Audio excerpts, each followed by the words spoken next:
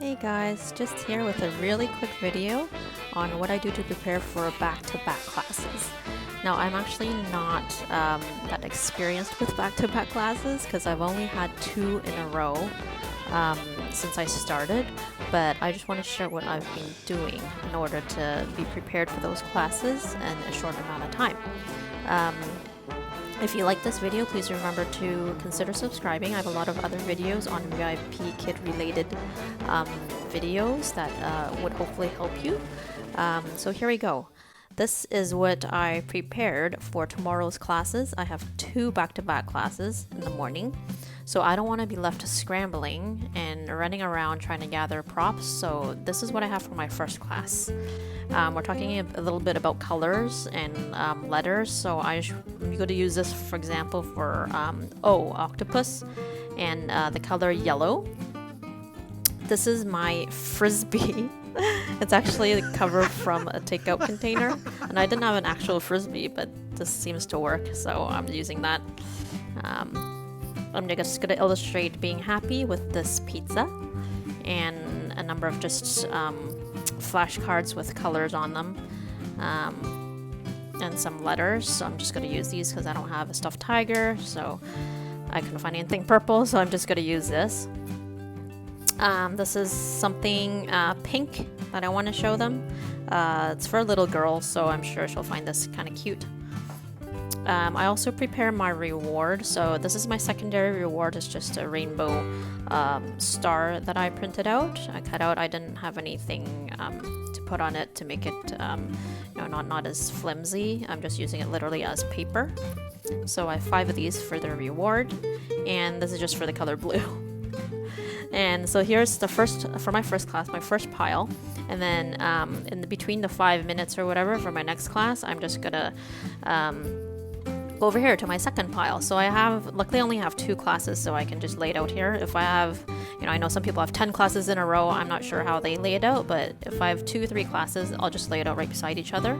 So as soon as I'm done with this pile, I'm just gonna shove it aside and then grab this pile. So I have, H for hat, the letter H here. They mention a mouse in the material, so I'm just going to use a little mouse here. I remember that the student really liked this stuffed toy, so I'm just going to show her this again.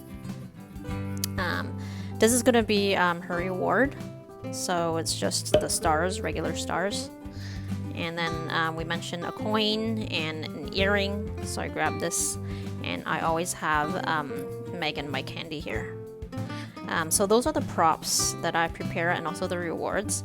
In terms of the pacing, I will also have this on my screen. So I used to use like post-it notes, but it just got really messy and they kept falling off the the screen.